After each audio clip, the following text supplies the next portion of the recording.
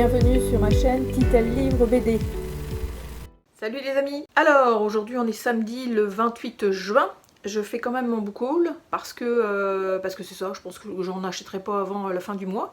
Donc c'est mon book haul de juin. Donc ce matin en fait journée vraiment cool, en tout cas j'essaye. Il est 4 heures là, pour tourner cette vidéo là, mais ce matin j'ai tondu donc pendant 1 heure. Puis je vous mets un petit quelques secondes en fait de ma marche sur la plage tranquille avec de la musique dans les oreilles, une petite mer super doudou, vraiment agréable comme tout. Donc je vous mets quelques images, ça va faire du bien, on va respirer parce que je sais qu'en France il fait chaud, mais en Gaspésie il fait 22, mais il fait chaud pareil en tout cas. C'est un peu l'idée. Mon book haul va être classé par ordre alphabétique. Il y en a certains que j'ai et il y en a d'autres que j'ai commandés chez Momox, donc ils sont arrivés chez ma mère. Parce que je les fais plus arriver ici. D'ailleurs au niveau rapport qualité-prix, ça n'a rien à voir. Les BD arrivent en super bon état. Et effectivement je fais des économies puisque je n'ai plus le 5 € par envoi de BD. Donc c'est le fun. Donc on va démarrer tout de suite. Alors on va démarrer avec 5 terres. Je continue ma collection de cycles. Donc j'en ai rendu au cycle 3.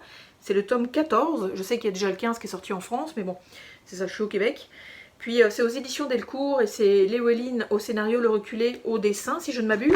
C'est sur une idée originale de David Chauvel quand même. Et en fait c'est le cycle des ours. Bon, je me suis mis décalée à gauche parce que pour montrer les BD c'est compliqué. Puis les pochettes en fait des BD qui sont chez ma mère, parce qu'effectivement je les ai pas physiquement ici, je vais vous les mettre là aussi. Bref, on est reparti avec les 5 terres, donc Léoline au scénario et le reculé au dessin. Puis on est dans le cycle des ours. Donc c'est une série qui va être en 5 cycles de 6 BD à chaque fois. Le dessin est magnifique. C'est très Game of Thrones parce que c'est très conquête des uns et des autres. Et j'ai lu le cycle 1 en fait. Le cycle 2 je l'ai en entier mais je ne l'ai pas encore attaqué. Puis, mais c'est super, c'est sombre, c'est intriguant, c'est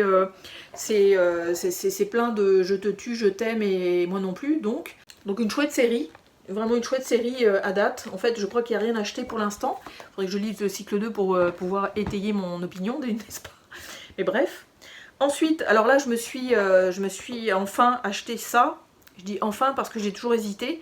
J'avais lu le bouquin à un moment donné. C'est le premier livre que j'ai lu de cet auteur-là, d'ailleurs, qui est un auteur québécois, donc Patrick Sénécal. J'avais lu Alice quand je suis arrivée au Québec. Et j'avais été assez dégoûtée, en fait, par le bouquin lui-même, parce que c'est de l'horreur. Il y a beaucoup de sexe, il y a beaucoup de scènes assez dégueulasses.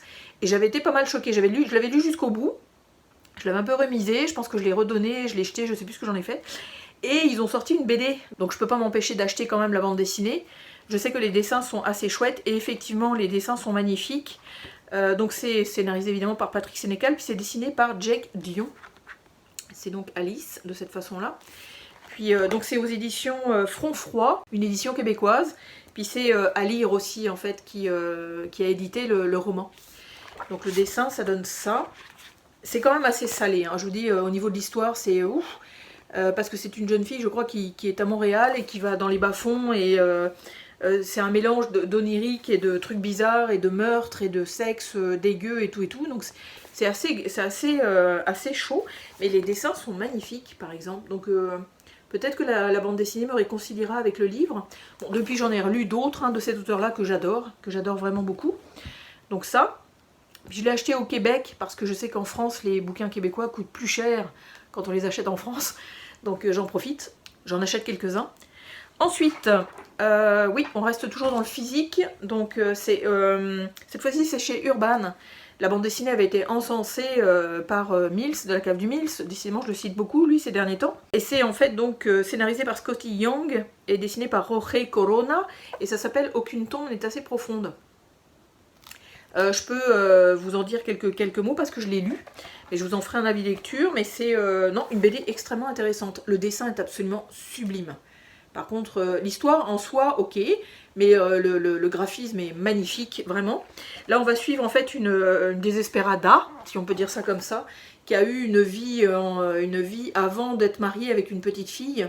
Très, en fait, elle tuait tout le monde, elle avait pas d'âme, elle avait pas de considération pour personne. Puis elle était vraiment truande. Puis quand elle s'est mariée, qu'elle a une petite fille, elle s'est vraiment assagie et elle se découvre une maladie. Donc en fait, l'histoire, c'est qu'elle va partir en croisade pour aller tuer la mort. L'histoire en soi est quand même assez originale, j'avoue, mais c'est ça. Donc, mais le graphisme est sublimissime. Je vous en parlerai dans un avis lecture. Donc ça. Ensuite, bah, là c'est, voyons voir. Oui, c'est une bande dessinée qui est donc chez ma mère, donc que je n'ai pas physiquement. Ça c'est Bergère guerrière, le tome 1. Je me suis essayée effectivement parce qu'elle n'était pas très chère. Je crois que je l'ai acheté peut-être 8 ou 9 euros, je crois. Alors qu'elle en vaut 16,50 ou 19, je ne me souviens plus. Donc on est chez Glénat. C'est une série fantasy jeunesse, mais dont j'entends beaucoup parler, en fait, j'entends beaucoup de bien. C'est sûr que je vois souvent cette série-là encensée par les booktubeuses un peu plus jeunes que moi, disons. En tout cas, c'est pas difficile. Mais c'est ça. Donc c'est scénarisé par Jonathan Garnier et dessiné par Amélie Fléchet. Je vous mettrai la couverture et quelques planches, en fait, pour vous donner une idée. Et je crois que c'est un... En fait, je crois que ce sont des filles qui réagissent par rapport à quelque chose et qui deviennent... En fait, elles passent un pas, elles deviennent guerrières, au lieu de rester juste bergères. Mais il paraît que c'est vraiment chouette, c'est en 4, si je ne me trompe pas, c'est en 4 tomes. Puis j'ai hâte de voir si ça va me plaire. Puis si ça me plaît, bah, j'achèterai les autres au fur et à mesure, en espérant les trouver effectivement pas trop chers d'occasion quelque part, mais c'est ça.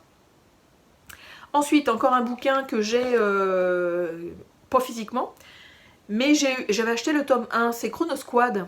Donc là j'ai acheté le tome 4 parce que j'ai déjà le tome 1, le tome 2, puis le tome 4 était à un prix défiant toute concurrence parce que je pense qu'il était à 11,50 €, alors que normalement c'est 25 si je ne me trompe pas. Bon, c'est sûr qu'il n'était pas noté très bon état à offrir, mais bon, on va voir dans quel état il va arriver. Donc c'est chez Delcourt, et j'ai effectivement, pour vous montrer quelques images, j'ai pris le tome 1, donc c'est scénarisé par Albertini et dessiné par Naccione, donc ça. Donc ça se présente comme ça, il y en a 6. Donc moi celui que j'ai c'est celui-là, là, que j'ai acheté celui-là. Puis j'ai le 2 aussi, j'ai pas le 3, puis pas le 4 et le 5 évidemment. Le 5 et le 6 pardon. Puis en fait c'est, alors j'adore le dessin de Panaccione, j'adore. Puis c'est une équipe je crois, c'est très science-fiction et très dystopique et compagnie, qui se balade en fait dans des temporalités complètement différentes. Donc j'imagine qu'il y a des aventures en fait particulières. Dans des époques, ça va à la préhistoire, comme ça peut aller. Je sais pas s'ils peuvent aller dans le futur, mais en tout cas, ils reculent des fois vraiment loin. Puis j'imagine que ça va être assez drôle et très instructif aussi. Donc ça, j'ai hâte de commencer, parce que j'ai pas lu le tome 1 encore. Donc on va voir. Ensuite, oui, j'ai acheté ça parce que c'est un scénario de Zidrou, et Zidrou, j'adore. Généralement, il y a toujours des scénarios très touchants et très agréables et vraiment chouettes comme tout, souvent très humains. Et c'est dessiné par Solomon, c'est chez Le Lombard et ça s'appelle La Crevette. Alors là, je sais pas exactement de quoi ça parle. J'avoue que j'ai même pas... Mais alors les dessins, quand j'ai ouvert la BD, je me suis dit, oulala, que j'ai pas tapé à côté. J'adore. J'adore, c'est super beau, c'est magnifique, vraiment. Puis je pense qu'on va suivre une jeune femme, je crois, mais je sais pas exactement de quoi. En fait, je sais vraiment pas de quoi ça parle, parce que la 4e de couverture est quand même assez sibylline, disons. Il y a marqué « Une crevette ? Brigitte, tu m'as promis de garder le secret. Il ne pèse pas bien lourd ton secret, au moins maintenant on sait pourquoi ses parents l'ont appelé Séraphin. Pfff, t'es bête. » Dites-moi à quoi ça vous fait penser, moi ça me fait penser à rien du tout. Mais comme je vous dis, c'est un scénario de Zidrou, donc je suis sûre que ça va être super. Ça va être vraiment super. Ensuite, oui, on continue dans le physique. Là, on est chez Ankama. C'est dessiné et scénarisé par une personne, c'est Joff, ou Jop, en tout cas. Ça s'appelle, c'est Jop, ça s'appelle Flux. Alors là, et puis, même s'il nous sauve, ensuite il se passe quoi? On retrouve nos minuscules cellules de satellites merdiques. Mais réfléchissez un peu, on se bat depuis des années pour ça. Pour un retour à nos racines, sauvages, animales, redevenir terrestres. Je préfère crever ici, libre, que de retourner là-haut. Heureusement qu'ils restent mystérieux, en fait, dans leur 4e de couverture, ça nous incite vachement à les acheter, hein, la preuve. Mais je sais pas, j'ai entendu du bien de cette BD-là, je crois. Puis j'adore les graphismes. Bon, c'est sûr que c'est du comics. Et je dis ça comme si c'était un désavantage, mais non, c'est un avantage. Le dessin est vraiment chouette. Mais c'est ça, je sais pas où ça va m'emmener, je sais pas où ça me... En tout cas, si vous l'avez lu, dites-moi si ça vaut vraiment le coup. Puis, non, vraiment chouette, les dessins sont magnifiques. Donc c'est ça. Ensuite, oui, Si j'ai passé une commande sur Momox, c'est parce que j'ai une liste dans ma wishlist, en fait, enregistrée sur Momox, que je vais regarder régulièrement. Et j'ai des bandes dessinées en fait de Casterman Rivage Noir qui sont listées, il m'en manque 2 ou 3. Et dès qu'il y en a un effectivement qui pop en disant il y a un prix dessus, n'importe quel prix, je m'en fous, je la prends. Donc là en fait c'est la guitare de Bo Diddley, donc c'est Casterman Rivage Noir. Et le scénario c'est Marc Villard, donc c'est tiré d'un de ses romans. Et le dessin est de Jean-Christophe Chauzy. Il en a fait quelques-uns des Casterman Rivage Noir que j'ai déjà. J'aime bien son dessin, c'est un petit peu spécial. Et ça parle d'une guitare en fait. Il était une fois une guitare rectangulaire de couleur bleu Caraïbe, un modèle unique, sur laquelle était inscrit Bo Diddley Blue Hawaii numéro 1. Je pense que c'est pas mal dans les bas-fonds, dans les trucs comme ça, parce qu'à la fin il y a marqué c'est aussi et surtout l'occasion d'une balade truculente et parfois presque burlesque dans les coulisses et les arrière-cours du Pigalle bigarré et multiethnique d'aujourd'hui, avec ses filles, ses macros, ses dealers, ses flics ripoux et ses musiciens dans la débine. Je pense que, en tout cas dans les Casterman Rivage Noir, c'est souvent du polar noir, donc c'est pour ça, moi je continue ma collection, puis il faudrait que je le lise à un moment donné. Ensuite, oui, ça j'ai eu de la chance parce que je l'ai eu en 3 jours à la librairie L'Encre Noire, donc c'était miraculeux. Par contre c'est sûr qu'il est sorti quand même depuis un petit moment, je pense qu'il est sorti en mai si je me trompe pas. Alors, il y a juste marqué 2025. C'est chez Marabule et c'est alors dessiné et scénarisé par Corinne Chadmi et ça s'appelle La Passe Visage. J'en ai entendu beaucoup de bien en fait de cette bande dessinée là. Vraiment, c'est quand même un beau bébé. Alors là c'est à New York, dans un futur proche, un implant cérébral permet de changer d'apparence de façon instantanée. Ces humains augmentés, surnommés passe-visage, louent leur service pour soulager la solitude de leurs clients. Rose, une aspirante actrice, est devenue passe-visage à plein temps. Le dessin est quand même assez simple, mais à mon avis ça va bien faire le boulot, comme d'habitude, vraiment cool. Je pense que c'est quand même très humain. Puis il y a un truc que je vais vous montrer aussi, que j'ai découvert quand j'ai ouvert le bouquin, c'est ça. Ça c'est vraiment cool, j'adore. Tous les visages avec les différentes expressions, c'est génial. Enfin, donc c'est ça, ça va être à lire. J'espère la lire bientôt, celle-là, elle m'intrigue beaucoup. Ensuite, oui, parce que Sarbacane, j'ai acheté La Malédiction de l'Immortel. Le scénario est de Antonio Taboada et le dessin est de Dante Ginevra. Et donc c'est ça, La Malédiction de l'Immortel. Et ça parle de... Londres 1940, entre femmes de petite vertu et sorties alcoolisées dans les bars, Émeric, aristocrate déchu, mène une vie dissolue, sans se soucier des événements gravissimes qui secouent l'Europe. Sauf qu'il doit à un étrange créancier une somme abyssale dont il va devoir s'acquitter. Sous une fausse identité, Émeric s'envole pour l'Allemagne nazie, à la recherche d'une mystérieuse société secrète. Le dessin m'intriguait beaucoup, puis l'histoire aussi. C'est sûr que j'achète pas des Sarbacane à tire-larigot. Souvent, sur Momox, elles sont quand même super abordables, donc c'est ça, je les achète pour les tester, pour tester des nouvelles pattes graphiques aussi. Puis c'est ça, donc je sais pas ce que ça va donner, on verra bien. C'est sûr que moi les trucs historiques je suis un petit peu so-so, mais le thème m'intéresse beaucoup. Ensuite, oui, c'est du vrai de vrai. Je pouvais pas passer à côté parce que j'en ai lu un il y a pas très longtemps, je me souviens plus c'est lequel. C'est 2 auteurs en fait que j'aime beaucoup. Je trouve que leur duo fonctionne extrêmement bien. Et donc c'est chez Le Lombard dans la collection signée. C'est Xavier et Mats, puis ils ont fait L'Or du Spectre. Donc celle-là aussi j'ai hâte de la lire. Nouveau-Mexique 1970, Chuck sort de tôle, retrouve Kat, sa partenaire, qui l'a gentiment attendu. Ensemble ils vont récupérer le magot que Chuck a planqué dans une bourgade abandonnée au milieu de nulle part, et à eux la grande vie. Mais rien ne se passe comme prévu, trop de gens s'intéressent à cet argent, sans parler du spectre d'un vieux cow-boy à la gâchette facile qui hante la ville fantôme. Cool. Puis les dessins sont sublimes, quoi. Enfin, je veux dire... Bon, on va pas vous montrer ça parce qu'il y a une scène de nanana. La nana est bien foutue, le gars aussi. Bref, donc voilà, ça peut vous donner une idée, effectivement, en double page comme ça, c'est superbe. Puis c'est très, ça fait très polar noir, genre western des années 70, c'est vraiment cool. Ils ont des bons scénarios, vraiment.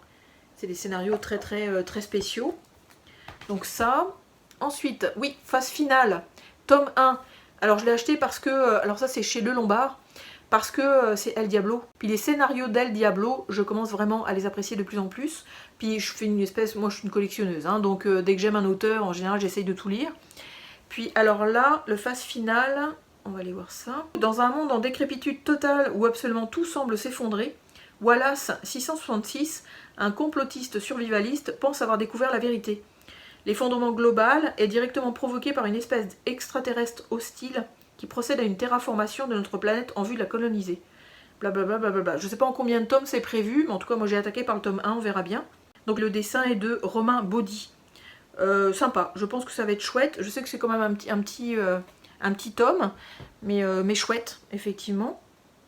Donc ça chez Le Lombard. Ensuite, oui, une bande dessinée que j'ai finalement achetée parce qu'elle était à la librairie L'Encre Noire. Je me suis dit, elle est juste là, lol, elle est devant moi. Pourquoi est-ce que je l'achèterais pas? Je l'avais lue en fait en service presse numérique. J'avais bien aimé. J'avais pas trop accroché. C'est extrêmement comics en fait pour moi, cette bande dessinée là. Donc c'est chez Delcourt. C'est scénarisé par James Tynion IV et dessiné par Christian Ward. Et ça s'appelle Spectrographe.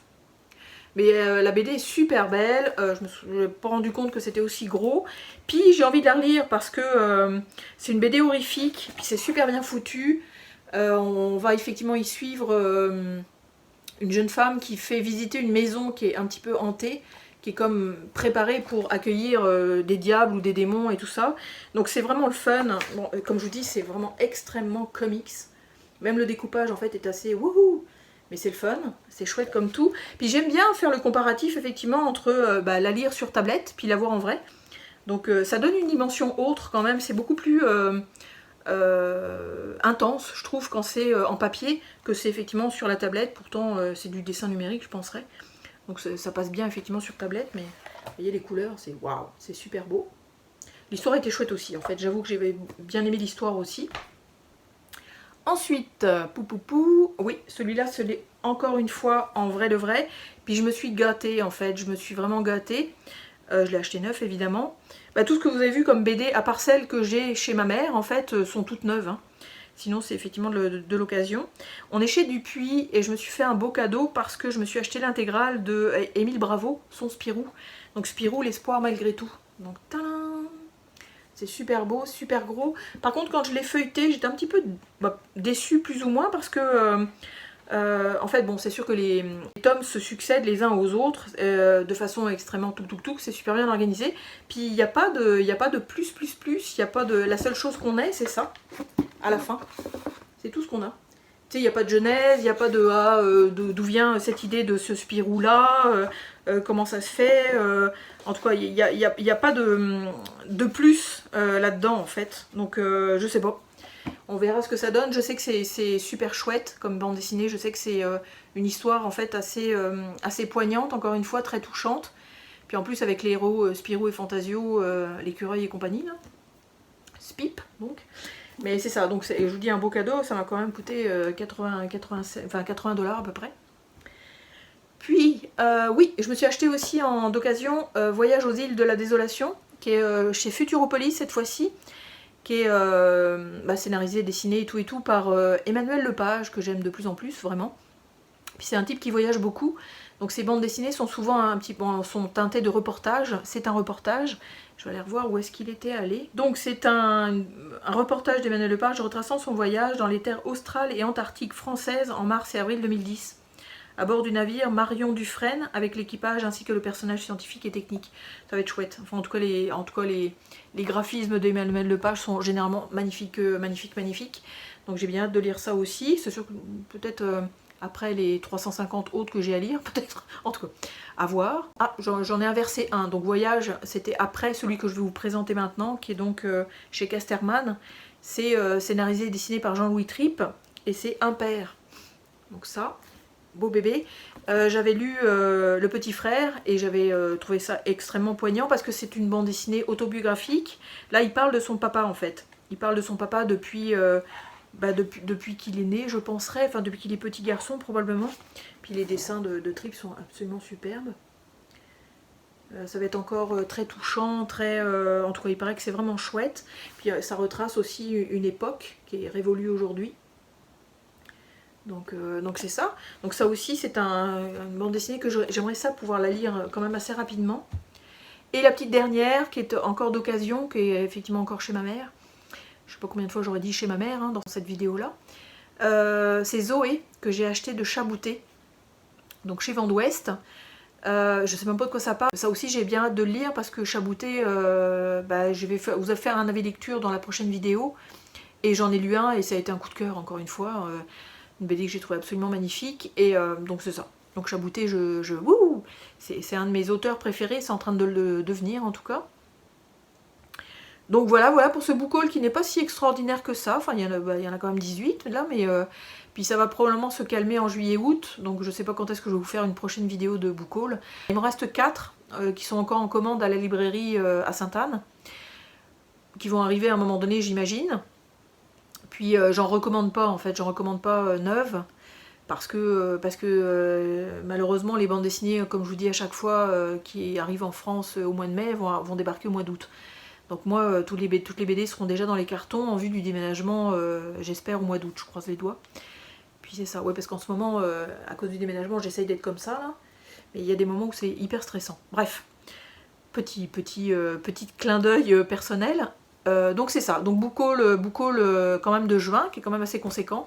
Pas aussi énorme que ça, mais quand même assez. Puis je ne sais pas quand va être la prochaine, comme je vous disais. N'hésitez pas à me dire par lequel je peux commencer, parce que je vais essayer de, quand je vais faire mon déménagement, je vais mettre les BD dans les cartons.